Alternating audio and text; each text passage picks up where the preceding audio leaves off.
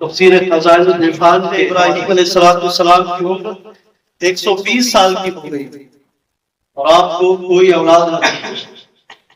اللہ کریم سے تب جا کے امید نہ تھی۔ 120 سال بہت ہوتی اور آپ کی تقریباً عمر 150 سال۔ حضرت اسماعیل علیہ السلام دنیا میں صلی اللہ علیہ وسلم کی 63 سال، سب سے کم عمر آقا کریم صلی اللہ علیہ وسلم کی دنیا میں۔ یہ زندگی جو ہمیں آپ کو ملی ہے، اس زندگی میں ورنہ ولی شہید سے بڑا مرتبہ ہے نبی اور پیغمبر کا، ان کی زندگی تو ہمیشہ قانون الہی کے مطابق آتی، تو ہمیشہ زندہ۔ ہمارا آپ کا یہ عقیدہ ہے، حضرت ابراہیم علیہ السلام نے 120 سال کی عمر میں اولاد مانگی۔ قرآن فرماتا ہے واقعے کو نقل کیا، اور کب جب نبی کریم صلی اللہ علیہ وسلم کی ولادت بھی نہ ہوئی، اندازہ لگائیں حضرت ابراہیم علیہ السلام کے بعد ہیں حضرت اسماعیل علیہ السلام، اور آپ کی نسل سے ہیں نبی کریم صلی اللہ علیہ وسلم۔ اور قرآن کہتا ہے رب هب لي من الصالحين فبشرناه بغلام حليم، اے الہی مجھے لائق اولاد عطا فرما۔ صالحین کا لفظ لگا ہے اس جملے میں، من الصالحین کا لفظ، یہ نہیں کہ ہمیں ایسے ہی اولاد عطا۔ پتا چلا پیغمبر کی بھی دعا، جو پیغمبر بھی اپنے اولاد مانگنے کے اللہ کی بارگاہ میں عریضہ پیش کرتے ہیں تو انہوں نے بھی من الصالحین کہا۔ پتا یہ چلا کہ ہمارے اور آپ کے بچے جو بگڑے ہوئے ہیں یہ کوئی نئی بات نہیں ہے۔ پیغمبر نے اگر دعا مانگی ہے تو نیک اولاد کی دعا مانگی ہے، اور ایسی نیک اولاد کی جو سر خم تسلیم کرتی ہے۔ اب انداز تکلم قرآن کا دیکھیں، قرآن کہتا ہے جب حضرت ابراہیم علیہ السلام نے اولاد کی دعا مانگی تو قرآن نے نقل کیا سورہ یاسین کے جسٹ بعد سورہ صافات میں 23واں سپارہ ہے، اللہ ارشاد فرماتا ہے قال رب هب لي من الصالحين فبشرناه بغلام حليم۔ تو اللہ نے حضرت ابراہیم علیہ السلام کو ایک نیک بخت، ایک عقل مند بچے کی بیٹے کی خوشخبری دی۔ یہ ترجمہ ہے بغلام حلیم، غلام عربی میں کہتے ہیں بیٹے کو، حلیم کہتے ہیں بردبار کو، اطاعت و فرما بردار کے بچے کو۔ قرآن نے کہا فبشرناه بغلام حلیم، تو خوشخبری دی اللہ نے حضرت ابراہیم کو ایک عقل مند بیٹے۔ اور کیسا عقل مند بیٹا، میں تبصرہ میں نہیں جانا چاہتا تفصیل سے، کیونکہ بات قرآن فرماتا ہے فبشرناه بغلام حلیم قال یا بنی انی ارى في المنام۔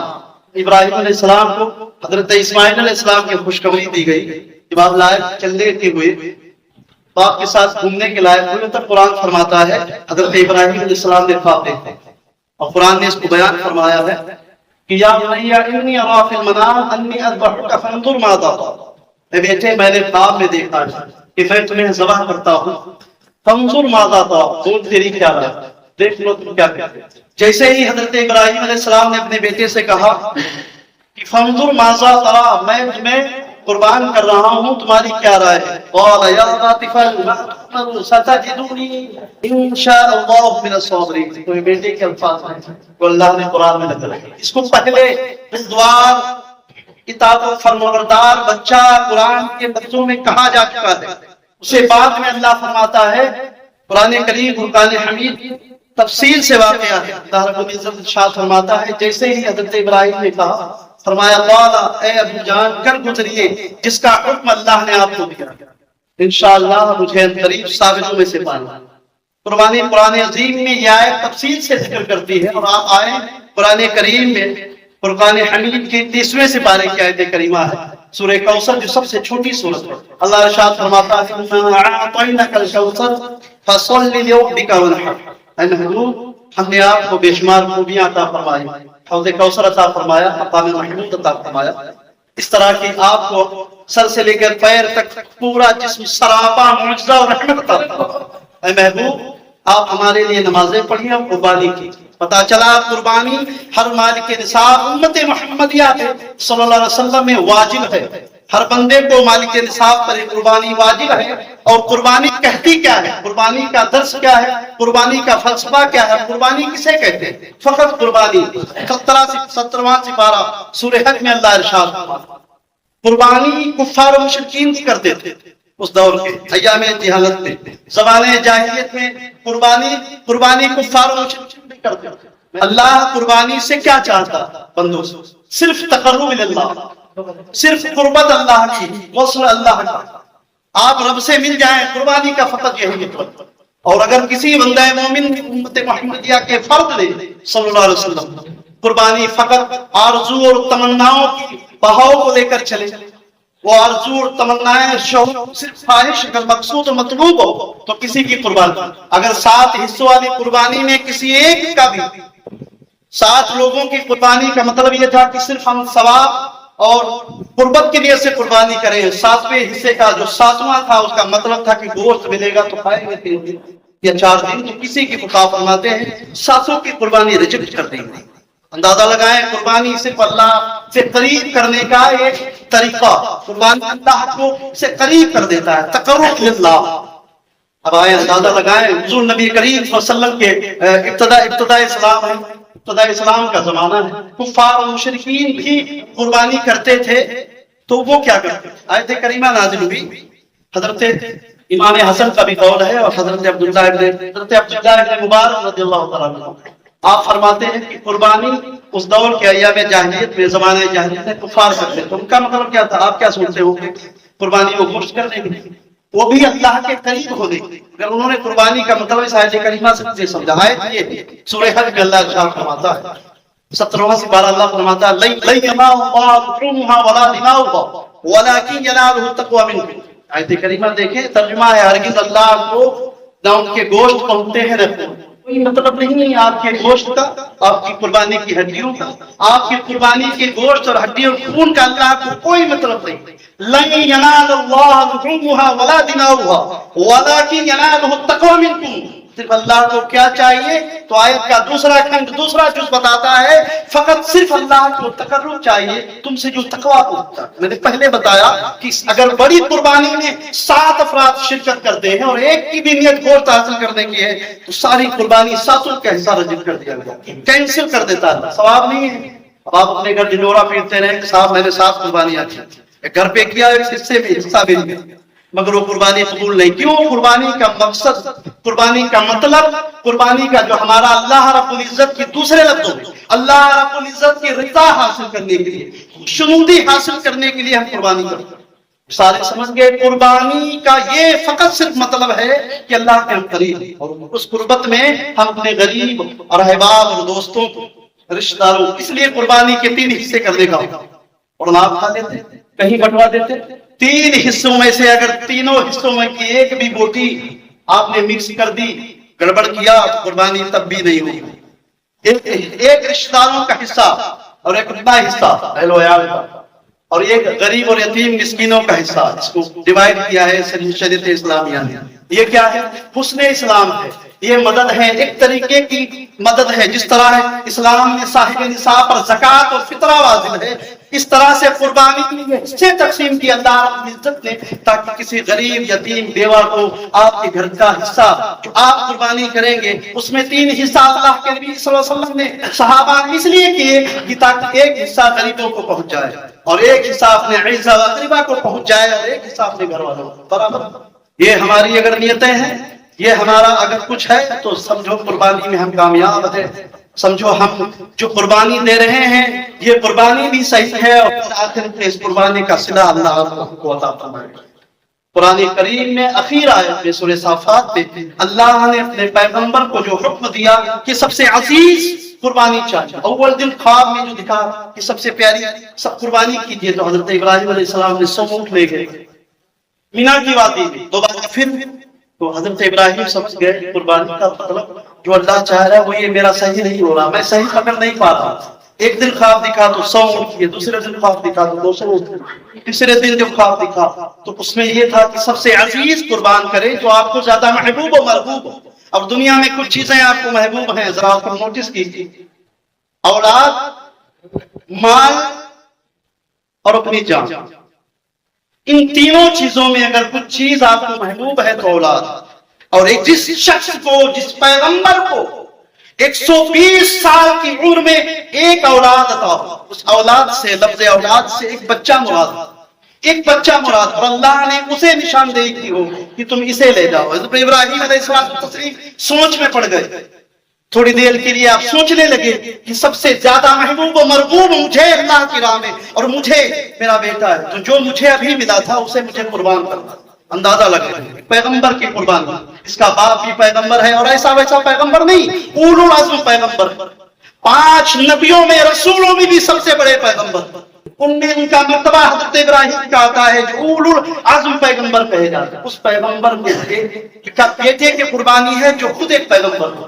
اللہ اکبر، اگر نسل انسانی کو یہ اس بیٹے پر اگر چھری چل جاتی، فلسفہ قربانی میں بتا رہا ہوں، تو آج نسل انسانی کو اس فرد کو، اس امت کے فرد کو ہر سال ہر گھر سے ایک بیٹا دینا پڑا، مگر قرآن اٹھاؤ، اللہ ارشاد فرماتا ہے بس مینا کی وادی تک تمہارا امتحان تھا، مینا کی وادی تک تمہارا امتحان تھا، اگر پورا امتحان ہوتا، حکم ربی ہوتا، رضا الہی ہوتی کہ اب بچے کو قربان کر جائیں تو چھری چلتی، حدیث میں ہے چھری بہت کوشش کی، کئی دفعہ چلائی حضرت ابراہیم علیہ السلام نے، مگر چھری کو اللہ نے جب قوت گویائی عطا فرمائی، بولنے کی طاقت دی، تو چھری کہہ رہی تھی اے ابراہیم تو چند دن سے اللہ کا بندہ ہے، میں تو اس وقت سے ہوں کہ اللہ نے مجھے طاقت دی ہے بولنے کی، تو سن، اللہ تو مجھ سے ایک بار کہتا ہے قربان کر، اسماعیل کی گلے پر چل، 100 بار اللہ مجھ سے کہتا ہے خبردار میرے بندے اسماعیل کے گلے پر اگر تم چل رہی تو تمہاری خیر ہوگی، بتاؤ تمہارا حکم مانوں یا اللہ کا حکم مانوں؟ قرآن میں ارشاد فرماتا ہے ابراہیم مینا کی وادی تک تمہارا امتحان تھا، آپ نے بچے کو نہلایا، خوشبو لگایا، سارے لوگ راضی ہیں، قرآن کہتا ہے فلما اسلما وطلہ للجبین، میں ایسے اللہ کی رضا پر وہ دونوں باپ بیٹے راضی ہوئے، اور جب مٹایا تو حکم ربی ہوا کہ نہیں چھری کو تم مت چلنا، اور ابراہیم علیہ السلام کا امتحان بھی ہو گیا۔ قرآن نے ببانگ دوہل اعلان فرمایا ندادی یا ابراہیم قد صدقت الرؤیا انا كذلك نجزي المحسنین، اے ابراہیم تم نے اپنا خواب سچ کر دکھایا، میں نے جو تمہیں خواب میں الہام کیا وہی بھیجی، کل تم نے صبح مینا کی وادی میں سچ کر دکھایا اور اعلان کیا اللہ نے تم نے میرا خواب سچ کر دکھایا، اور فرمایا آیت کے اندر ہم تمہیں صلہ دیتے ہیں قیامت تک اس عمل کو جو کرتا رہے گا، قیامت تک ہم بندے کو صلہ دیں گے۔ وہ صلہ کیا ہے؟ كذلك نجزي المحسنین، ہم ایسے ہی بہتر صلہ دیتے ہیں نیکوکاروں کو، ترجمہ ہے محسنین کا نیکوکاروں کو احسان کرنے والے۔ قرآن نے فرمایا وَفَدَيْنَاهُ بِذِبْحٍ عَظِيمٍ، اور ہم نے ایک بچے کو فدیہ دے کر بچا دیا، یعنی ایک بچے کو جو جنت سے حکم ہوا اللہ کا کہ جنت سے دمبا لایا جائے اور پتہ بھی نہ چلے، ان کا گلا بھی نہ کٹنے پائے، وَفَدَيْنَاهُ بِذِبْحٍ عَظِيمٍ۔ مگر آپ اندازہ لگائیں کہ یہاں صرف قربانی کا بچہ دینے کا حکم، اور اللہ نے روک دیا کہ نسل انسانی ہو تباہ نہ ہو برباد، کوئی بیٹا کٹے نہ، اس کی گردن نہ کٹے، مگر آؤ میدان کربلا میں داستان امام حسین اٹھا کر دیں، 72-82 نفوس قدسیہ پر ظلم پر کیے گئے، ظلم کے انبار لگائے گئے۔ ڈاکٹر اقبال کہتے ہیں سادی ورنگی ہے داستان حرم، ابتدا اسماعیل و انتہا ہے اس امام حسین، اس کی جس قربانی کی ابتدا ابراہیم علیہ السلام نے کی، صرف امتحان کے ذریعے اسے کر دکھایا محمد رسول اللہ صلی اللہ علیہ وسلم کے نام سے رسول نے میدان کربلا میں کہ گلے پر گلا کٹ رہا تھا، پھر بھی شکوہ گلا نہیں، رب کے امتحان میں ایسے کھڑے اترے امام حسین کہ ابراہیم علیہ السلام کی قربانی تو ایک داستان تھی، ایک واقعہ تھی، مگر آ گیا یہاں دیکھیں لاشیں اٹھا رہے، ہاتھ کٹا ہے، کبھی جسم کا پرزہ الگ ہے، کبھی سر وہاں ملتا ہے، کبھی گھوڑوں پر لاشوں پر گھوڑے دوڑائے جا رہے ہیں، اللہ اس کے رسول، اللہ کے شہید بنی فقیر جو امتحان اللہ کی بارگاہ میں دے گئے، ہم نہیں دے سکتے، ہم قاصر و عاجز ہیں کہ ہم کر سکتے ہیں؟ نہیں کر سکتے۔